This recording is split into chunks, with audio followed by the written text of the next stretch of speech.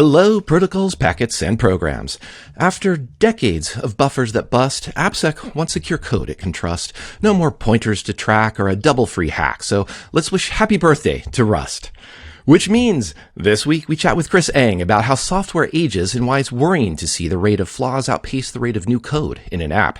No news this week. Instead, we'll share 2 interviews from last month's RSA conference. Borrow safely and stay tuned for Application Security Weekly. This is Security Weekly, for security professionals, by security professionals. It's the show to learn the latest tools and techniques to understand DevOps, applications, and the cloud. Your trusted source for the latest AppSec news. It's time for Application Security Weekly.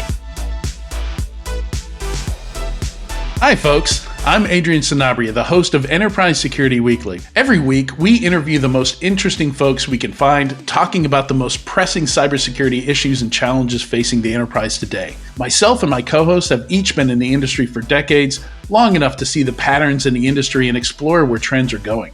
In addition to enterprise challenges, we also follow the vendor space, the most interesting security startups emerging, technology and product trends, all the most interesting funding and acquisition announcements. Finally, we love to discuss the latest trends in tech and how they'll impact cybersecurity. If you're wondering how the latest in AI, quantum computing, cloud, and DevOps is going to impact security a few years down the road, you should follow the Enterprise Security Weekly podcast. Your organization is building and updating business-critical web applications faster than ever. And with so much pressure to move fast, you may find yourself making trade-offs between innovation and security. Now you can build fast without sacrificing security with Invicti, the zero-noise application security platform that helps your dev, sec, and ops teams work together to secure every website, web app, and API. With unparalleled accuracy, coverage, and automation, Invicti scales like no other AppSec solution. Invicti, AppSec with zero noise. Visit securityweekly.com/Invicti. This is episode 241, recorded May 15th, 2023. We hope you're enjoying the new intro music. I'm your host, Mike Shima, and I'm here with John Kinsella. Hello, John. Good morning. 2 things real quick. 1, I can't believe that RSA was already last month. And then 2, a quick application security sort of thing for people out there. I saw an IoT thing this morning, sudo GCC. Don't need to sudo GCC, so just that's my pro tip for today. Yeah, we're going to have to come back to that. That's my brain just hurt for a second. Hold on. So while everybody is unsudoing GCC or LLVM for that matter, we do have an announcement. Our teams from Security Weekly and SC Media were on site at RSA Conference 2023, delivering in-depth reporting, analysis, and interviews. If you were unable to join us in person or missed our live stream from Broadcast Alley, you can find all of our coverage, including video interviews with leaders from the community at securityweekly.com/RSAC. Chris Eng is Chief Research Officer at Varicose.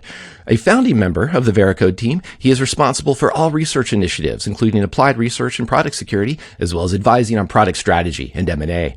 Chris is a frequent speaker at industry conferences and serves on the review board for Black Hat USA. He is also a charter member of MITRE's CWE CAPEC board. Previously, Chris was a technical director at Symantec, formerly at Stake, and an engineer at the National Security Agency. Hello, Chris. Thank you for joining us. Good to be here. I should have given you the shorter version of that. My apologies. No worries. That was the sudo bio? I'm not sure. We'll work on that joke. But this is your time to tell us about some of the work that Varicose has been doing. They have a new report this year that part of it is about the flaws that accumulate over the life of your applications. So we've already seen a few flaws that I'm stumbling over words of the lifetime of this episode. But humans are fallible, I think, is kind of what it comes down to. Tell us a little bit about these flaws and especially the lifetime aspect. That was a part that was interesting to me.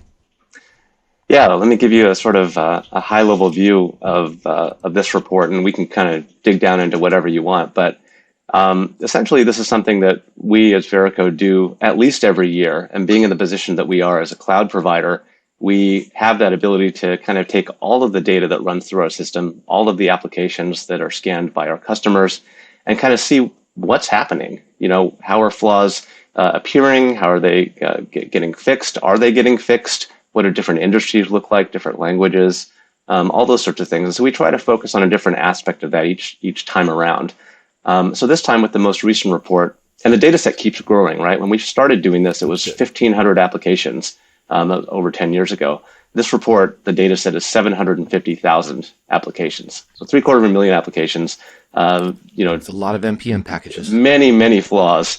And we can learn a lot more by looking at that. And so it's so much more useful than, a survey or one of those types of things, because this is based on real data. So anyway, what we looked at this time, we've in the past spent a lot of time looking at different flaw categories and the prevalence of different flaw categories across different types of applications in different industries. We moved on forward from that, looking at fix rates, because it doesn't matter if you find stuff and you don't fix it. So we looked at what are the patterns of fix rates and what actually gets fixed and what doesn't, and how does it take, how long does it take. And this time, we decided to look a little bit even further to the left or earlier in the timeline, which is flaw introduction. What are the factors that affect flaws being introduced to a code base, and what things affect that, both in a positive and negative way? Because we can look at fix rate all we want, but even better would be if we didn't introduce those things in the first place, if we found behaviors that would help us reduce that likelihood and the volume of flaws being introduced into a code base. So the big finding, and I'll stop for a second, is that so any given application that you're developing on behalf of an organization or open source or whatever that have you, the code base tends to grow at a certain rate as you add new code, as you fix bugs, whatever. And on average, a code base grows about 40% a year. That's across, that's the average across everything that we have in our data set. So you would think that vulnerabilities also grow at that same rate, because, as you said, humans are fallible, we'll make mistakes, and as you add new code, some of that will be flawed. What you find when you look at the data is that in the first 18 months or so of an application's lifetime, as we start looking at it, the rate of introduction of flaws actually doesn't grow at that same rate. In fact, it drops off slightly at the beginning and then stays flat for anywhere from 12 to 18 months. And then it starts to rise again in correlation with the code base size. And so we've kind of termed that the honeymoon period, where everything is going great. You're actually, you're not introducing flaws. You're actually reducing the number of flaws you're introducing for that period of time before things start to go the way that we would expect them to. So that was kind of the top finding, and kind of unexpected in my view. That is interesting, because there's a lot of things to potentially unpack there, because I'm glad you also mentioned the fixing, because I do want to come to that in a second too, because there's a lot of reasons we get into why maybe that happens. But maybe before we do that, the first to say it's good to see that there's that drop down, because I'm going to say I don't think we need to fix every single flaw out there. It is much better, as you said, to fix those categories of flaws, do something that makes it harder to introduce that cross-site scripting in the first place, or some other type of vuln. But what's interesting then, I guess, if we're doing that successfully as an Appsec awareness campaign or whatever, it's not sticking. So I guess maybe let's dive into, did you have some ideas, some hypotheses, some guesses on what happens over this, as after that dip? Yeah. And I think that the dip there is, there's a lot of factors that I think we can make an educated guess about, because, the thing about this type of work is that we have the data, we know what's happening, but we don't always know why it's happening. And so, but then we can kind of pull on our collective knowledge as having worked in the trenches in a lot of these places to kind of imagine what might be going on. And so, at the beginning, everyone's very excited about a new application. Maybe it's being launched to market, or it's a new release coming out or something like that. Maybe there are some compliance issues or some boxes you have to check to get it out the door. The team is very excited about the work, and so you've brought on your A team to kind of get this thing out the door, and they work on it for that beginning period. But then with any organization, I think what happens is people rotate off the project. Those top developers or architects or whatever, they move on to the next very important project. Maybe, the more junior people come in, or maybe you have people leave the company and you lose some knowledge about the code base there. And so as you start, at that initial period ends up being okay. But then as you start rotating people off, as you start adding new functionality, as some institutional knowledge gets lost, it becomes harder and harder to actually prevent new flaws from creeping in the first place. And yeah, there are, I think a lot of things that can make that better. Not just I think, these are the things that we found. In any given month, what we found is that there's about a 27% chance that you would introduce a new flaw in a code base.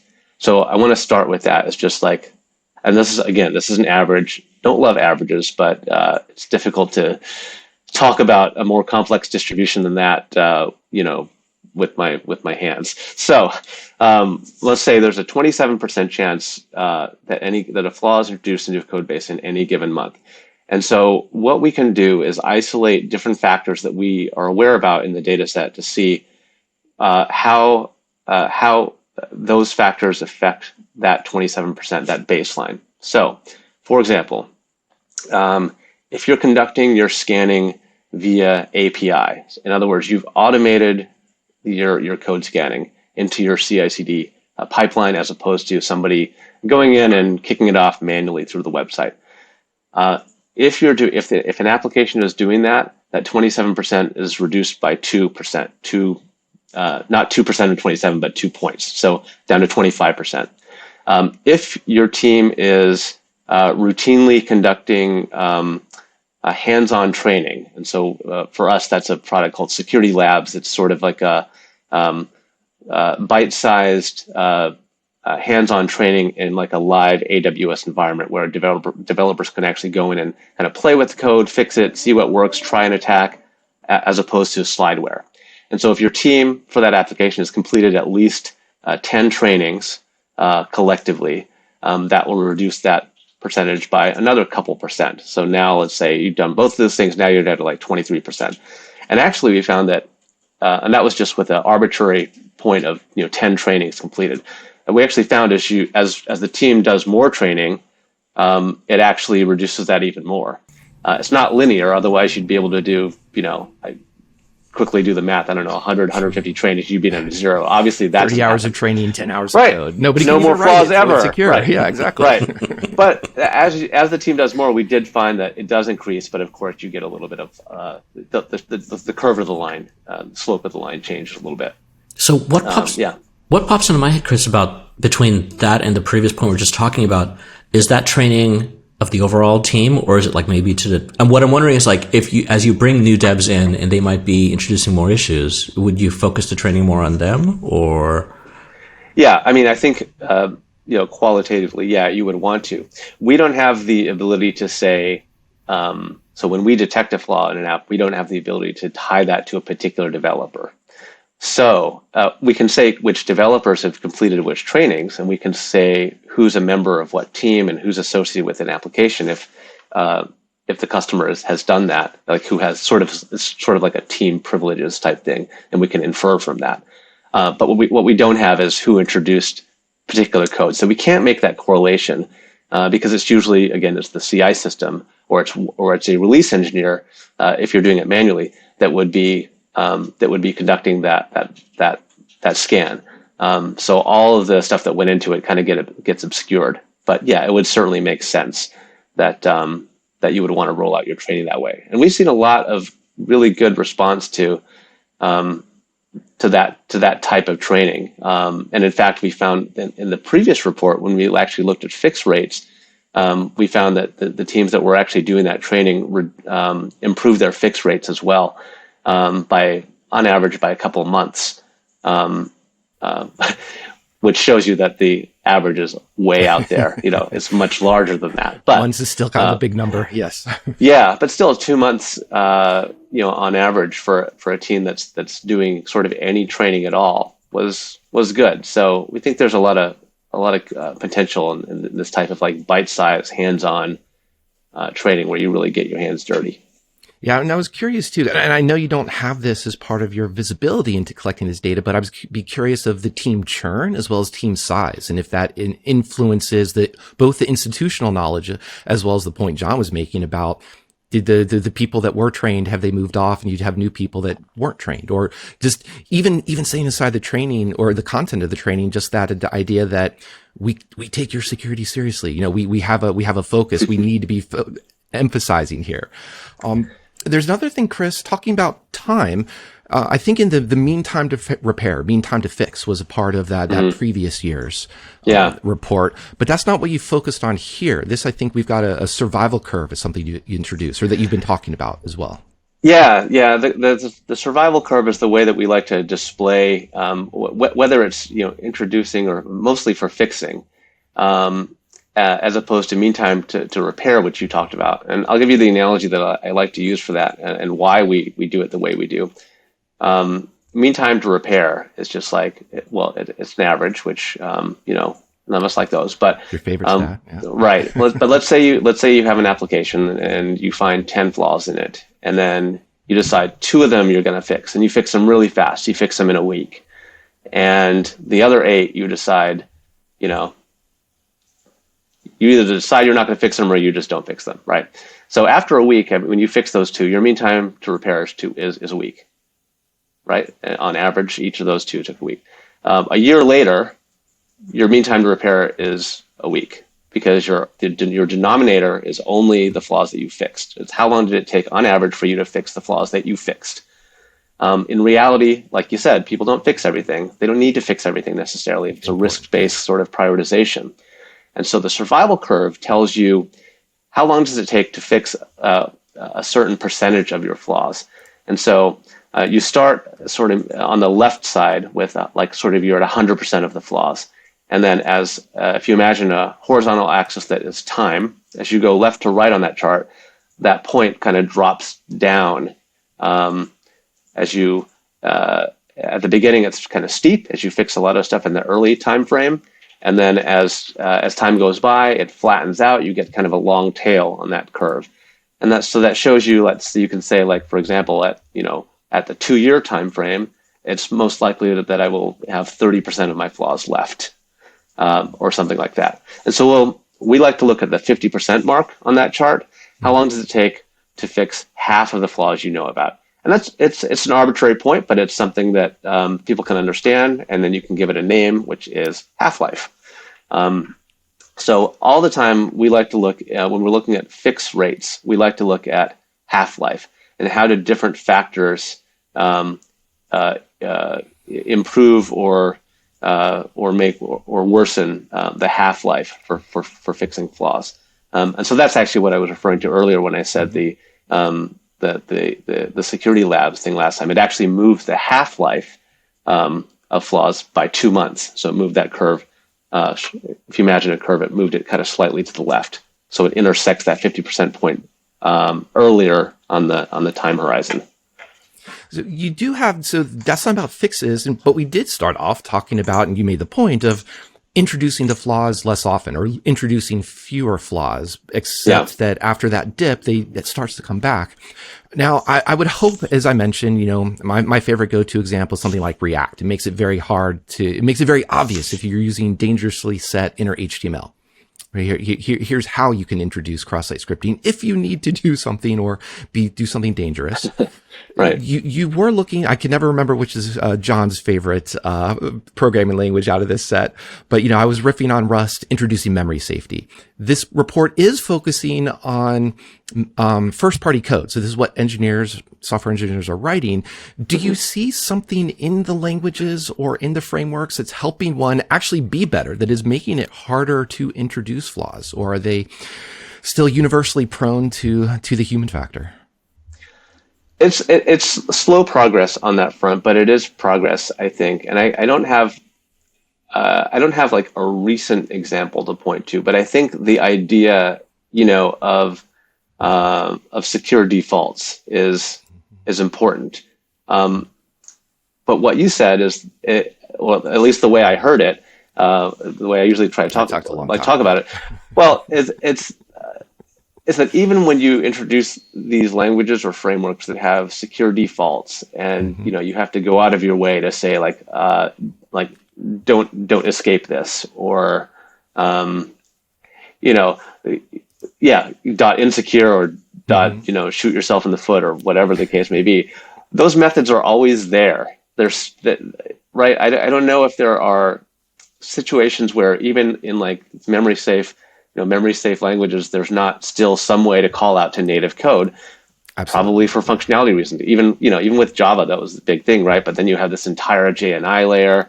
You can always call out to native code, and you can always not escape a parameter, or you can always turn off parameterization or whatever.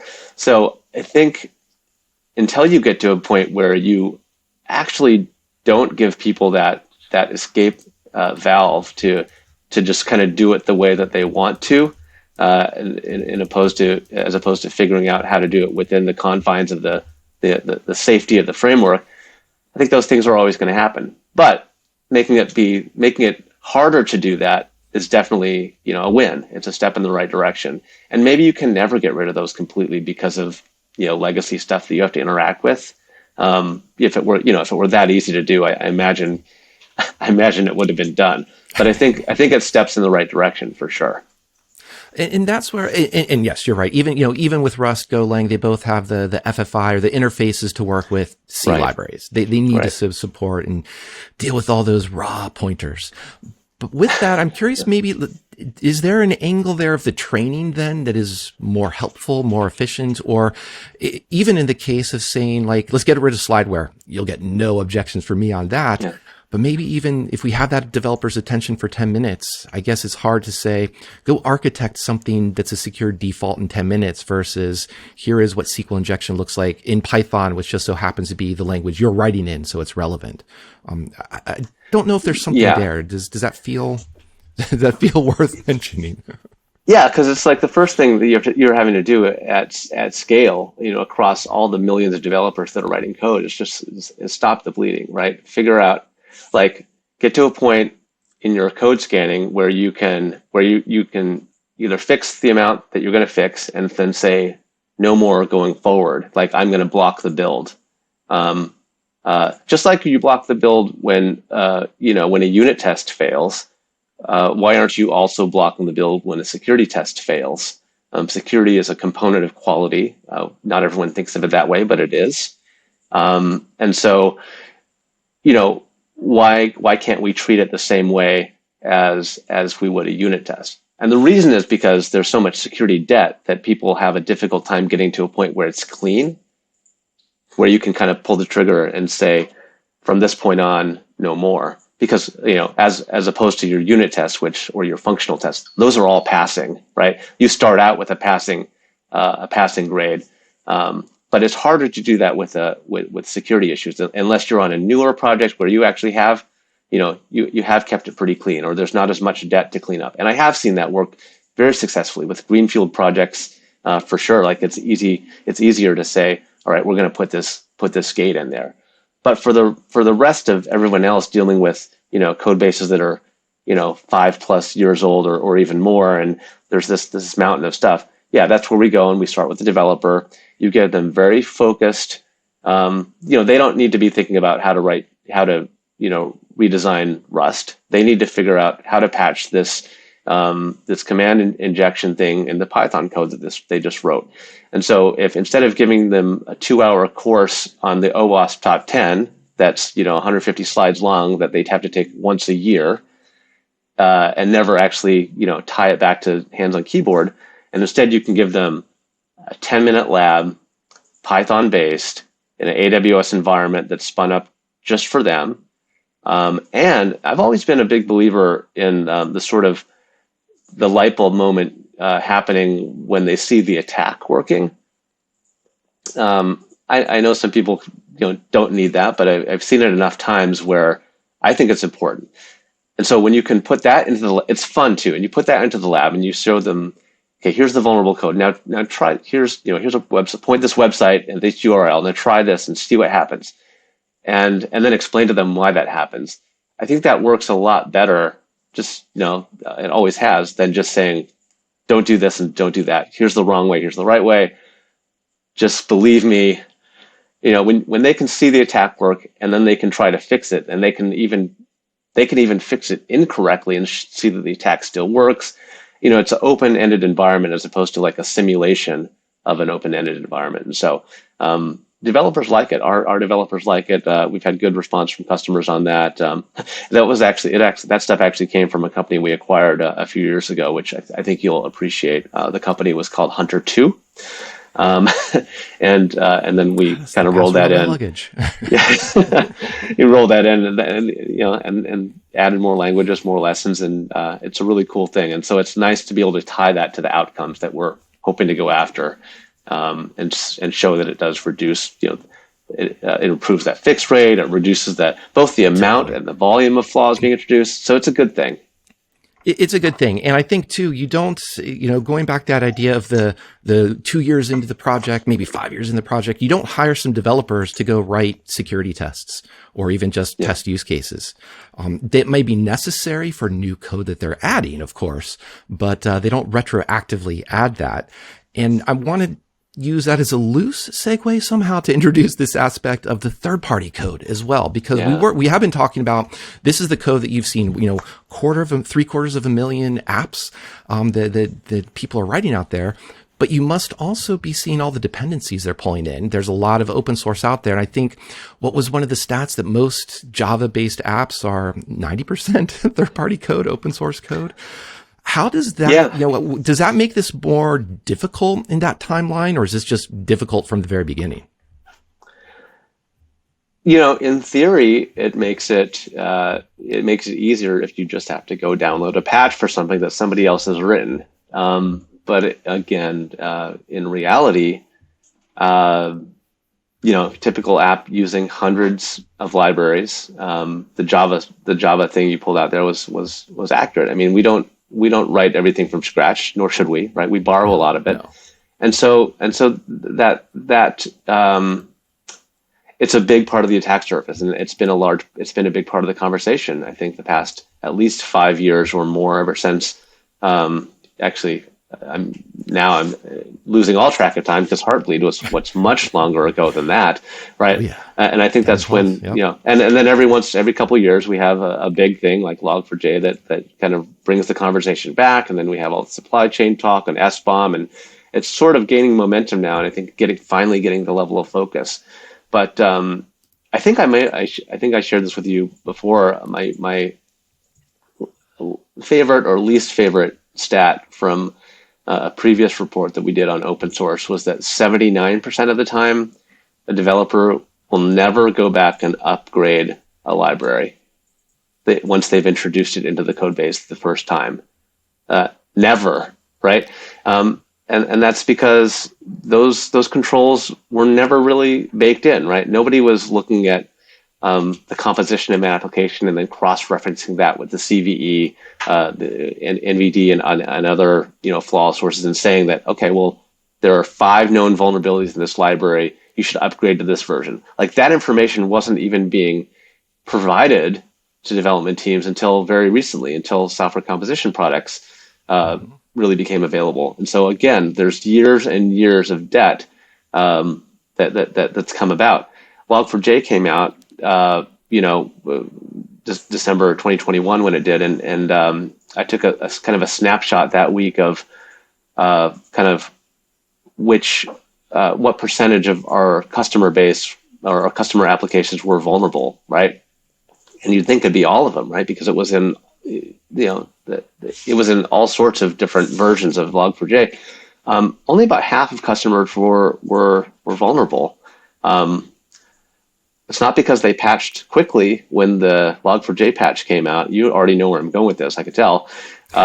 It's because they were so far out of date that the vulnerability didn't even exist. I'm safe. Sorry. And so they lucked out in being in the 1.x tree of Log4j as opposed to the 2.x. I mean, of course, they had like 300 other vulnerabilities that weren't the December one, but that's the state of things right now with third party. There's a huge amount of debt piled up there. And then most recently, this time we took a look at we took a look at the most popular libraries from GitHub that were being used by our customer base. So not the full million or so that they have out there, but literally the 30,000 that we saw actually being used by customers. And I'll be real quick on this one, but we looked at a couple factors that we thought would be interesting in terms of thinking about the fragility of open source. And one of those was how many developers work on that? How many developers are associated with the project? And the other is how much activity is there on the project within the past year? And neither of those in and of itself means that a library is insecure, right? It does mean, I think, that if you're a single developer, we've seen those cases where someone's been phished and the repository has been taken over and some malicious code introduced. So for fragility in that way, or inactivity in sense of, okay, well, if something happens, if vulnerability is discovered, what's the chance that maybe it's going to be really slow to get repaired or not get repaired at all? But again, that's sort of a loose correlation. But the stat I love from this is that looking by language, you find that in JavaScript apps, 92% of the libraries, open source libraries used in JavaScript apps, have had no activity within the past year and are maintained by a single developer. So, and that might be okay for some of these very small, 20-line libraries. They only do one thing. They they've had a number. Yes, they've had exactly. a number with zeros, for example. Good example. And that may be okay. But it's certainly something I think to keep an eye on, and we'd like to in future kind of take some of these factors and maybe tie them to actual vulnerabilities and look at the vulnerability history of some of these libraries and see if there's anything to that fragility idea. Because I don't want to brand it as a bad thing now, but it's just something that we thought merited looking at a little bit. So, and it's a great. Oh, go ahead. Yeah, I really do. I was looking forward to mentioning of JavaScript here. You have a bunch of really interesting stats around JavaScript in this report. Backing up a little bit, excuse me. Reduction of tech debt, flaws being closed quicker. Talking about halftime, the halftime being way lower for JavaScript. So, I mean, that was, well, we particularly in this podcast, but probably in the industry, a lot of us, we talk bad about JavaScript, but still this report is shining in a fairly good light. And I thought that was interesting. Yeah, we do see a lot of good things with sort of like more modern languages, I guess, JavaScript, Python, things that are usually associated with newer applications or development teams that are using more modern approaches, I guess, to development. And yeah, you do see that half-life for JavaScript at like 116 days to fix half the known flaws compared to like Java, which is 243 days. And neither of those is great, but that's, one is less than half of the other. So it is better, and we got to take every win that we can. So we do see things like that, and I think it's a reflection of in part the tooling, part the culture of the team, in part that some of these Java apps that have been sitting around enterprises for 15 years, and they're big clunky things, and change is slow, and the release cycles are slower. So it's a lot to dig out from. I was going to make a joke earlier about the if that honeymoon period is 18 months, maybe we should just always be updating our tech to use the latest while it's still in that window. But I think in a way, on a serious note, that sort of compares to what you're just saying of like, if you're using the newer tech, you're probably got more modern thought processes and systems in place to be able to respond to it quicker. Yeah, you're building in all the learnings in the development community that have come out in the recent time, and it's a lot harder to go back and retrofit some of those new ideas to a tool chain that you already have in place and a team that's already working a certain way. Yeah, teams love to rewrite. The previous software engineer, this was horrible. What were they thinking? I'm going to rewrite this. Yeah, let's refactor the whole thing. Yeah, yes, exactly. The fragility part, I did want to come back to that too, because of course, and I know you weren't saying this is a factor inherent to open source. It's just that we have the visibility into open source because we have the transparency there to see how it's being developed. You mentioned as well, Heartbleed, for example. After Heartbleed, OpenSSH team said, everyone's using our software, and I think we got like $5,000 or something as a donation to support them. Right. There's a corollary there, or maybe a metaphor of sorts for internal development as well. There's all these fragile internal systems that maybe only have that one owner who's just maintaining it, keeping an eye on the security scanners, the latest report, or a bug bounty, or, spending the $5,000 invested on, engineering time for this internal app. So I bet there's something there that we could learn from how open source is being given attention to, how we should be doing it or could be doing it better on internal sites as well. Yeah, security always gets better when, clearly when it's budget is good. Tying to business process, tying to business outcomes is good. Never just kind of going in there and expecting stuff to be done with competing priorities. So yeah, starting to fund, all those sorts of things are good movement. It is. And now you've been doing these reports for a long time. I want to take a quick off track here. You're on Black Hat Review Board. You're very well known within the industry, and you've seen presentations, research. As listeners, individuals are coming into the Hacker Summer Camp season. Is there research like this? Is there something? What would be interesting to you to see presentations on? Either looking into metrics like this, doing analysis like this, that isn't just the latest and greatest. Here's a cool way to hack a JavaScript framework, which does have its place, but that's not the only type of research we need out there. Yeah, it's definitely a balance. And, Black Hat used to be a lot more about like, let's save this big, 0 day and release it and have a lot. And there still is, and there's definitely a place for that. There's definitely, people love that, right? We love to see those things. For me, certainly as I think about the things that I like to put into a track, practicality is a big pragmatism, right? Can I, as an attendee, can I watch this and actually have something to take back to my job and use or think about how to incorporate? Which it's hard to do that with like a 0 day in a product, unless it's like a new vulnerability class that suddenly now I have to like think about like, well, how am I affected by this? And that does happen every once in a while, right?